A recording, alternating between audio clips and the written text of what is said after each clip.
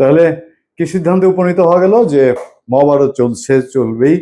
মবের রাজ্যে পৃথিবী গদ্যময়, পাবলিক সব ঝলসানো রুটি।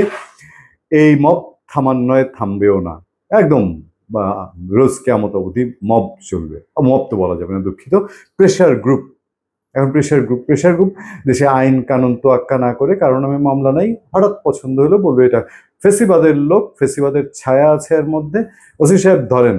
রাজ কারবার ডক্টর ইউনূস সরকার এবং রাজা ডক্টর ইউনূসের সময় তার যারা অনুগত লোক আছেন, যদি বলা হয় যে এনসিপি তার দল, বা আগের বৈষম্য বিরোধী ছাত্র আন্দোলন যাকে সংক্ষেপে বৌছা বলা হয়, তাদেরকে আসলে সামনে ঠেলে দিয়ে যে কোনো মানুষকে যে কোনো শায়েস্তা করতে হলে আপনাকে পিছপা হতে হবে না, কিছু লোক তাড়িয়ে দিবেন। সেটা এক ক্যান্টনমেন্ট বাদে বোধ হয় বাংলাদেশের যে কোনো জায়গায় তাদের অবাধ লাইসেন্স আছে, সেখানে গিয়ে পুলিশের সামনে, র্যাবের সামনে, বিজিবির সামনে, আনসারের সামনে তো বটেই, এবং গণ্যমান্য লোকজনের সামনে, আপনার বাসায়, মসজিদে, স্কুলে, কলেজে তারা গিয়ে চড়াও হবে।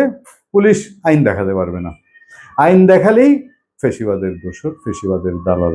সুতরাং কে আর রিস্ক নেবে বলেন?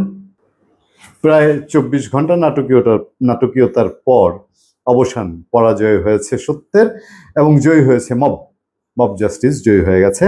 আপনি এটা এখন মোটামুটি বাংলাদেশের সংবিধানে অন্তর্ভুক্ত করে ফেলতে পারেন, কোনো অসুবিধা নেই, কারণ এটা তো এখন সত্য সিদ্ধ হয়ে গেছে, এটা পাপের কাতারে আর এখন পড়ে না। বৈষম্য বিরোধী এনসিপির আন্দোলনের মুখে পটিয়া থানার ওসি জায়েদ নূরকে প্রত্যাহার।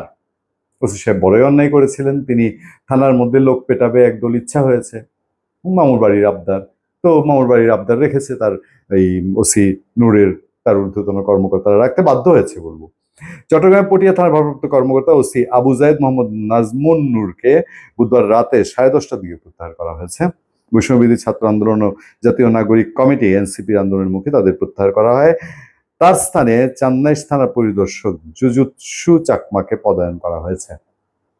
একটা প্রশ্ন করি, ধরেন আওয়ামী লীগ ক্ষমতায় নাই, আসবেও না, দীর্ঘ সময় ধরে নেওয়া হয়, বিএনপি এখনো ক্ষমতা নিল না, শুধু ডক্টর ইউনূস সরকারটা নাই, এই যে এনসিপি বৈষম্য বিরোধী ছাত্র আন্দোলন আজকে যে কর্মটা দেখালো, যে কাজটা করলো, এদেরকে এদের ছায়ায় যে থানায় গিয়ে ওসি সাহেবরে চেঞ্জ করে ফেলা এবং চট্টগ্রাম বন্দরনগরীর রাস্তা, চট্টগ্রাম কক্সবাজার রাস্তা বন্ধ করে দেয়া, এর কানাকড়ি একটা গলি বন্ধ করার, দেশের একটা গলি বন্ধ করার সক্ষমতা আছে বলে কেউ মনে করে এই দলটার? তারা যে চট্টগ্রাম বন্দরনগরী বন্ধ করে দিয়ে বাধ্য করলো পুলিশ প্রশাসনকে যে ওসি নির্দোষ ওসি, ফ্যাক্ট, এটা ফ্যাক্ট, সবাই দেখেছে, তাকে বাধ্য করতে হলো এই মামুবাড়ির আবদার রাখতে হলো। আমরা কি শিক্ষা নিলাম এ থেকে? আমরা কি বুঝতে পারলাম যে মব জাস্টিস বলতে বাংলাদেশে এখন কিছু নাই, সব প্রেশার গ্রুপকে মেনে নিতে হচ্ছে, আর না মেনে নিলে আপনি ফেসিবাদের দালাল। আরেকটা জিনিস বুঝতে পারলাম, দেশে আইন কানুন যা আছে থাকুক, সেগুলো শোকেজে থাকুক, বুক সেলফে থাকুক, পুলিশরা ড্রেস পরে শুধু ওয়ার্ক করুক, বৈষম্য বিরোধী এনসিপি তারা যা বলবে সেটা দিয়েই চলবে।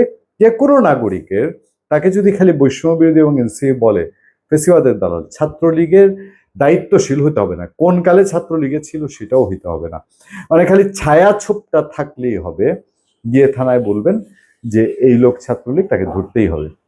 এবং যার নামে কোনো মামলা নাই, মামলা মোকদ্দমা নাই বলেই পুলিশ নিচ্ছিল না তাকে, তারপরে এদের চাপে তাকে আটক দেখানো হয়েছিল, সেটা এখন প্রতিষ্ঠিত হয়ে গেল।